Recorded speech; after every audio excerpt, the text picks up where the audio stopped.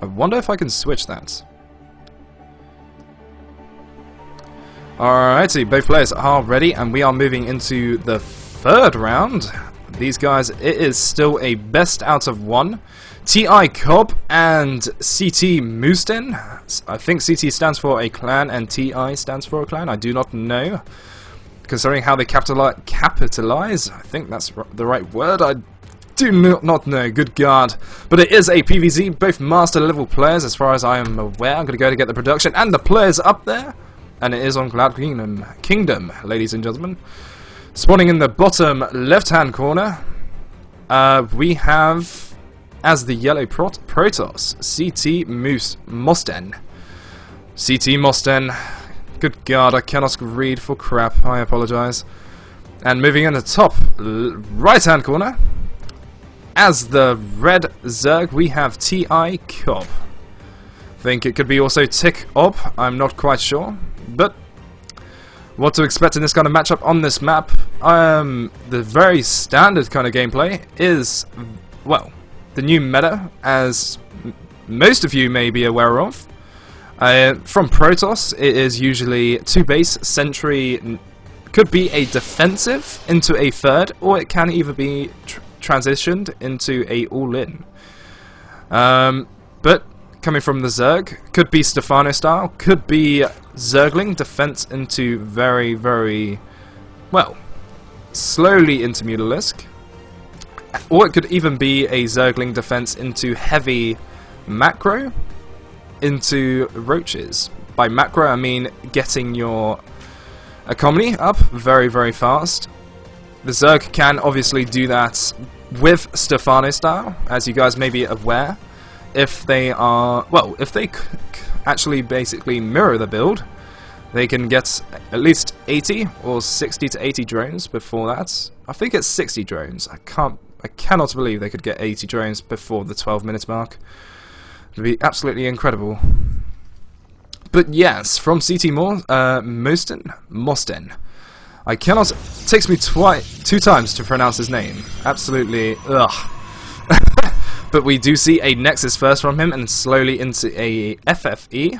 But we have seen a spawning pool first from TiKOB. So, will he be able to deny this? I'm not quite sure. We do not see any Zerglings in production as of yet, as he has just scouted the Forge and the Gateway. Right now, he still is... Oh, there we are. 2 Zerglings are on the way, but not enough to be able to smash through this wall. CTmOsTeN will be able to break... will be able to defend this easily by just building a Gateway. And it's like someone is asking me a question. Hey, mate, is there any requirements to join the tournaments next Sunday? No, it is a open tournament. And it looks like I did get a private message earlier on from Starkiller. If you won the first round,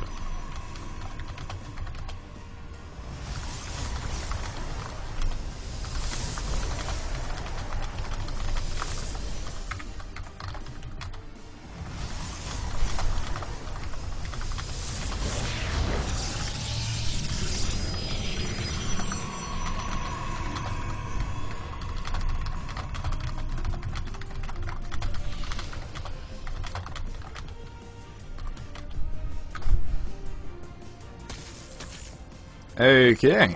Sorry guys, I do have to take these questions well, I have to respond reasonably fast and pause the casting. As I am administrating this tournament by myself, I do apologize. My second-in-command did not show up, so I am by myself administrating this tournament. But yes, moving back into the game, we did see CTmOsTeN getting a very, very solid Nexus first into a FFE. Very, very prepared to wall off and getting away with that expansion. But in the meantime, we do see TiKOB. Looks like he may be going a... If he does get the 630 mark on the Roach Warren for Stefano style, we will be seeing him macroing... In the meantime, we will be seeing him macroing as many drones, well, producing as many drones as possible, and trying to get that map control as well. Slowly not even pushing for that creep spread as of yet.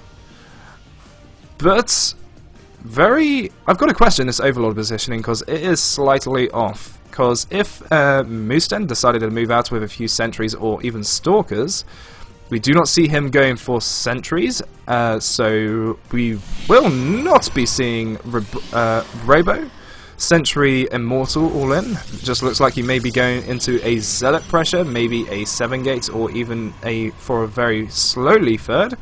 Could even be a... Well, there we are. 1, 2, 3, 4, 5-gate. 5-gate, very late Robo. So this is a new build I've never seen before. 5-gate pressure into a slow Robo, maybe an expansion into a third, I do not know. But very, very nice scouting from TiKOB. He will be seeing this pylon. I do not know if he actually saw that pylon. Yes, he did in fact see that one pylon, so he is aware that this pressure may be incoming right now. And Spine Crawler timing is very, very slow. Well, I've got to say. Okay, yes, he will be building the Spine Crawlers there, and it looks like he may be building them on the natural as well. Hatchery, macro hatchery is on the way from the looks of things. No, yes, no. That is a layer. But incredibly, we do see 1, 2, 3, 4, 5, 6 zealots. 6 zealots to be able to deny this third. Very, very nice. 6-gate? I think that was a 6-gate to be able to deny this. Yep, 3 stalkers will be morphing in and they will be able to deny this third. Very, very massive delay on those roaches in production right now, but 6 roaches will be able to pop out and hopefully, well, delay them to be able to snipe out off this hatchery.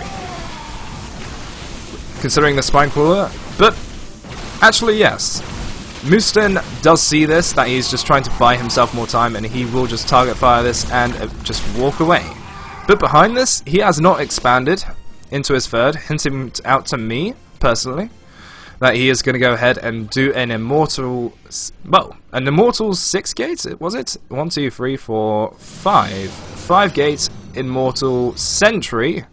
Okay, he's going to be transitioning into a very slow Immortal Sentry all in. Supply blocking himself, unfortunately, so this will be delayed, giving TiKOB a lot more time to regain his third base and maybe even get a 4th, but it looks like he's already going to go ahead and move out and check if he has a 3rd. Because I've got to say, that is probably the smartest decision that he should do as of now. As you guys may be aware, if a Zerg does lose his 3rd, he does need to make sure that the Protoss does not even have a 3rd, hinting out to him that the Protoss may be doing a Sentry Immortal, in which he is, and he may be losing. Yes, he is target firing that Immortal, and he will be taking down all these Sentries and Stalkers if he does not fall back, which he is, and very, very well played from TiKOB. Very nice target fire and positioning on his end. In fact, behind that, he did take a 4th, as I said. Very, very smart of him to go ahead and retake his 3rd and get that drone production behind that. Upgrades are very, very good from him, but it looks like the Zealot Warpins are coming in right now. I think the smartest decision from TiKOB should be, he should be actually thinking, he should be scouting for these pylons to be able to deny this Zealot pressure, which is what well, I can only expect for him to think. But he will be denying the Zealot pressure to be able to... Well, as you saw, CTmOsTeN does not want him to expand again, considering he's got so many roaches, and these roaches are going to go ahead and deny this pylon. Very, very good from his end. And map control, so looks like he will be getting solid map control as well. He did he did remove that Overlord to get into the upper ground of positioning, so these Stalkers will not be able to snipe that off unless unless CTmOsTeN does in fact get an Observer. Behind this, he is going to go ahead and do the Immortal Sentry all in. It is delayed by, well, 13 minutes if he actually moves out right now. He does have +1/1, and he will be able to snipe that Overlord. Looks like, oh my good god. That Overlord was out of position, and he did not target fire, and he will get away with that Overlord. Good god, that is incredible. But behind this, TiKOB has actually in fact macroed, and he has got Hydralisk. Sorry that I did not point that out. Macro Hatchery, Hydralisk plus Grooved Spines, which will increase the range of the Hydralisk by 1.